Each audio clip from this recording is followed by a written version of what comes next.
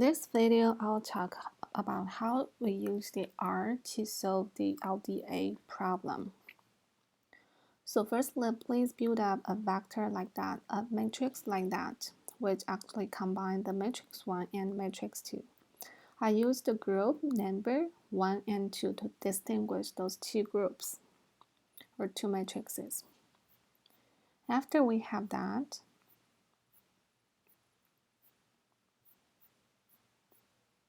we can use the LDA function to build up a model. The group is the dependent variable, x1 plus y1 plus y2. Those are the two columns we want to use. Data equals the data frame. Data frame is the previous matrix I just created. And the prior probability means how many data points or how much probability you want to divide into the group 1 and how much probability you want to divide the data into the group 2. And then after build up the model, we can look at the model and then we can look at the class inside of the model. So this class means how the LDA divide the known data set or current data set. Looking at the result over here, you can see that the probability is just coming from the 5 minus 5 divided 12, and this number is the 7 divided 12. And the group mean should be the same as what you calculate manually. And the coefficient, you can see that the y2 divided by y1 equals to the a2 divided by a1. So the coefficient matters. The direction of the z-line matters. And over here, those are the class that the LDA model divide data into groups. So first 5 data points, LDA model divided into the group 1, and the following 7 data points, the model divided them into the group 2. And we need to look at the performance. Performance means how the model looks like, if the model does a good job or not. We can see that because for current data, we know which data point belongs to which group. And we can use the plug-in function, that is the built-in function, and use the class to see the predicted group. And this group is the previous group. And for the group 1, the real group 1 data, we divided or we predict them into the group 1 as well. That means all the data over here predicted correctly. The same for the 7. So that means this performance is really good. So this is how we want to build up the new upcoming data point. There are 2 ways to do that. And after you build up the new data, it should be in the data frame. And then you can just put it back into the predict function and get the class.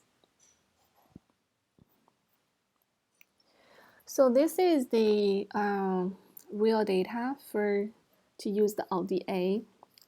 This data has 4 different columns, and there are 3 different groups. And the prior probability equal all the same. So after we build up the model, we have the new data point coming. That is called as new ups. Then build up the new ups, add the title or the dimension name for the new ups. Then we can put it into the data frame. Then use this predict function, and the R is the model we created by using the LDA and the data frame over here. Then we can predict the new upcoming data to see which group it belongs to, or which group the LDA classifies it into. This result is the class 1. That means the new upcoming data point is classified into the group 1. So we can still use the plug-in function to look at the performance. However, over here we use the cross-validation. Cross-validation means, for example, if I have, let's see, 10 data points, and if I divide it into 3 and 7, I can use the 7 as my training data set. That is how I want to build up my model. And the 3 are the task data set to see how my data set looks like. If I want to use the cross-validation, I can firstly use the 3, as the, let's change another example. For example, if I have 20 data points, so I divide the data points into 10 different sets. Each data set, I have 2 data points in it, so I have 10 parts of the data sets.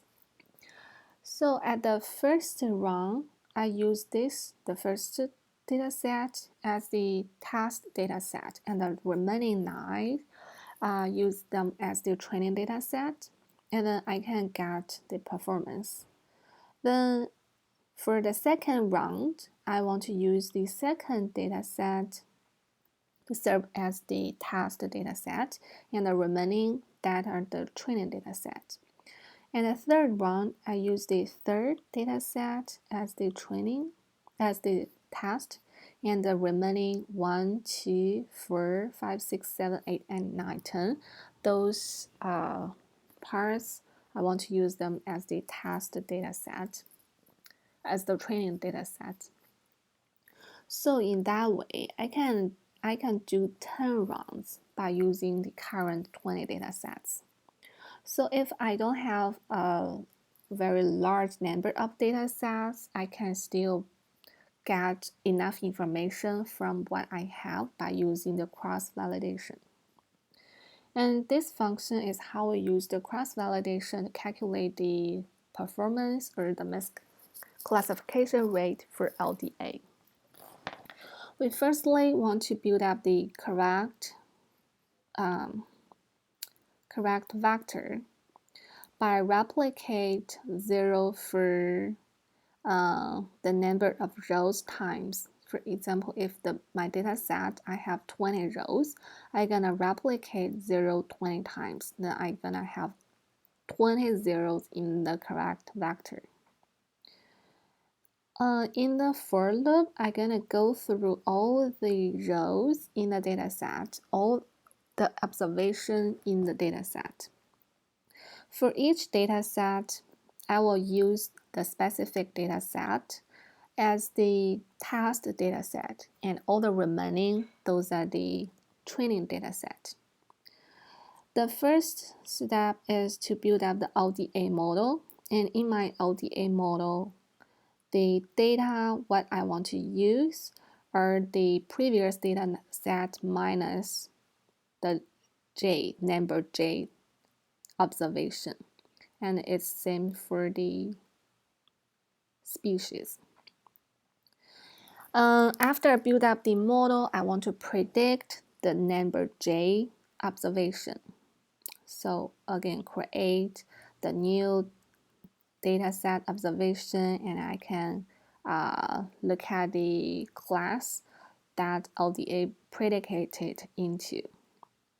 After that, I will compare whether the real special for the J dataset is the same with the prediction from the LDA model. If they're equal, I'm gonna assign the correct matrix or the correct vector J at the J position to be 1. Otherwise, it should be 0.